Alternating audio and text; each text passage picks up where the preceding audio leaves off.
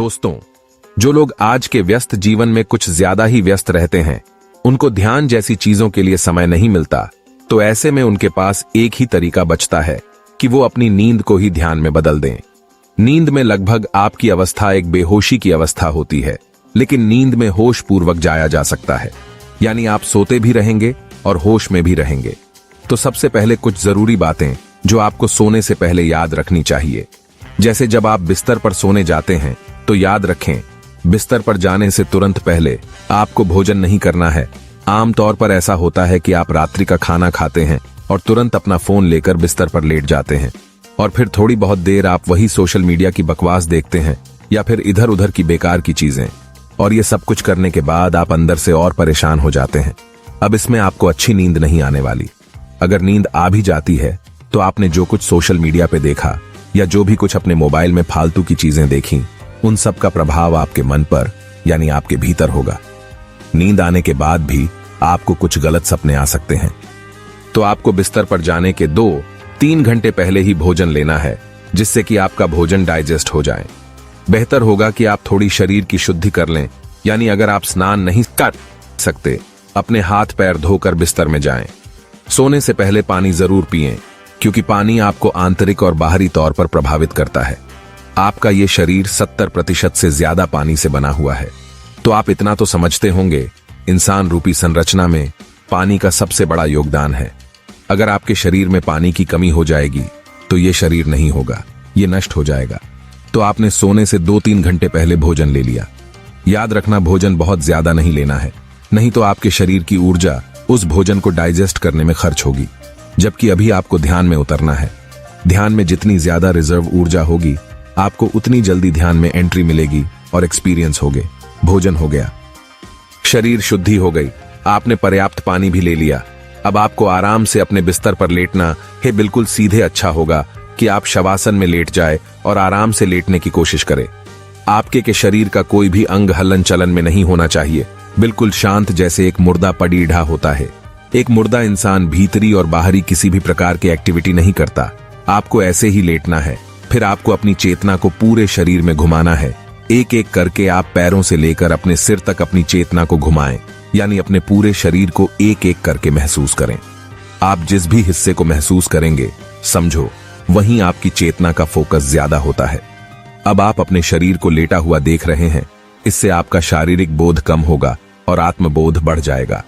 आप यह जान पाएंगे कि आप यह शरीर नहीं हो, क्योंकि आप अपने शरीर को रोटेशनली देख रहे हैं और आप देख रहे हैं, महसूस कर रहे हैं। मतलब आप वो नहीं हो जिसे आप देख रहे हैं या फिर महसूस कर रहे हैं। अब आप अपने मन को जानो, देखो अंदर क्या चल रहा है, ये मन क्या चाहता है, मन में किस प्रकार के विचार चल रहे हैं। अगर आप थोड़ा प्रयास करेंगे तो शरीर से तो फिर भी आप थोड़ी दूरी बना सकते हैं, लेकिन ये मन आपकी भीतरी घटना है। आप इस मन को केवल एक यंत्र की तरह देखो कि ये एक यंत्र है। इस यंत्र में कुछ विचार चल रहे हैं, ये कुछ सोच रहा है, इसमें कुछ पुराने और नए अनुभव है, ये आगे और भी अनुभव को जमा करेगा। अब कुछ देर आप इस मन को एनालिसिस करोगे तो आपको हल्का हल्का बोध होगा कि आप ये मन भी नहीं हो, और आपको ये दृढ़ संकल्प करना है कि जो आपके बेड पर ये पड़ा अंग शरीर है, ये आप नहीं हो, और आपके भीतर आपके मन में जो विचार चल रहे हैं, आप वो भी नहीं हो। तो आप हो कौन? आराम से गहरे सांसें लीजिए। सांसें नाभि तक जानी चाहिए, बिल्कुल रिलैक्स।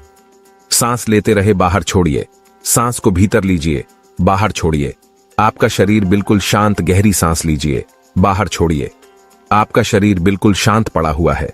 आपने इतना हल्का महसूस पहले कभी नहीं किया, क्योंकि आपके भीतरी और बाहरी रचना में जो भारीपन होता है, वो आपके शरीर और मन के बोध की वजह से होता है। आप इस शरीर को मैं समझते हैं या फिर आप अपने मन को ही मैं समझते हैं। आपका यह शरीर किसी भी घटना में भाग लेता है, उसके बाद मन अपना कार्य करता है, उस घटना से जुड़े हुए विचारों को उत्पन्न करता है। विचारों से और नई विचार पैदा होते हैं, और आखिर में आपका ये मन और शरीर आपके मानसिक और शारीरिक कष्टों का कारण बनता है, आपको सही रास्ते से भटकाता रहता है। लेकिन इस प्रक्रिया में आप अपने शरीर और मन से मुक्त होने लगोगे। ऐसे ही कुछ ध्यान की अवस्था में होता है। बस आपको ऐसे ही लेटे रहना है, लंबी श्वास लेते रहना है। श्वास प्राकृतिक होनी चाहिए।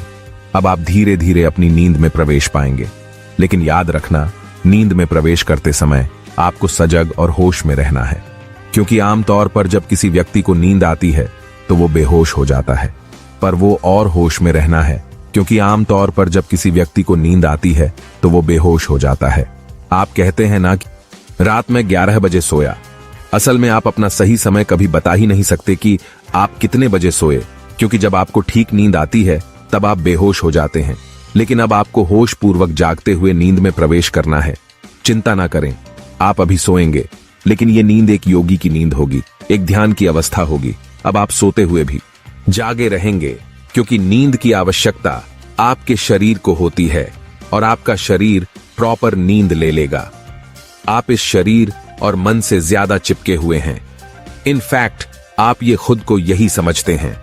तो जब आप होश पूर्वक नींद में प्रवेश करेंगे तो आपका ये शरीर और मन का बोध बहुत कम हो जाएगा।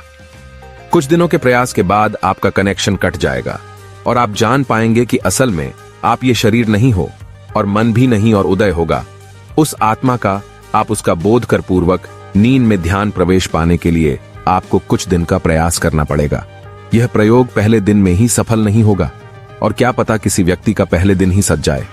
और ऐसी निद्रा में अगर आपको कुछ स्वप्न आते हैं तो हो सकता है ये नेचर, ये यूनिवर्स आपको स्वप्न के जरिए कुछ मैसेज देना शुरू कर दे, आपको रास्ता दिखाने। कुछ दिन के प्रयास के बाद जब आप इसमें सफल हो जाएंगे तो आप वही व्यक्ति नहीं रहेंगे जो आप पहले थे।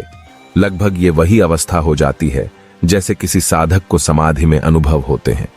अब आप जीवन को दूसरे नजरिए से देखेंगे और अपने मृत्यु के पल में पूरी तरह से होश पूर्वक रह पाएंगे। आप दूर से अपनी ही मृत्यु को आते हुए देखेंगे और अपनी ही शरीर को देखेंगे कि आत्मा किस प्रकार इस शरीर से अलग हो रही है। आप सब कुछ भले भांति होश पूर्वक देख पाएंगे और ये अनुभव आपको जन्म मरण के चक्कर से मुक्ति दिलाएगा। इसी को मोक्ष कहते हैं।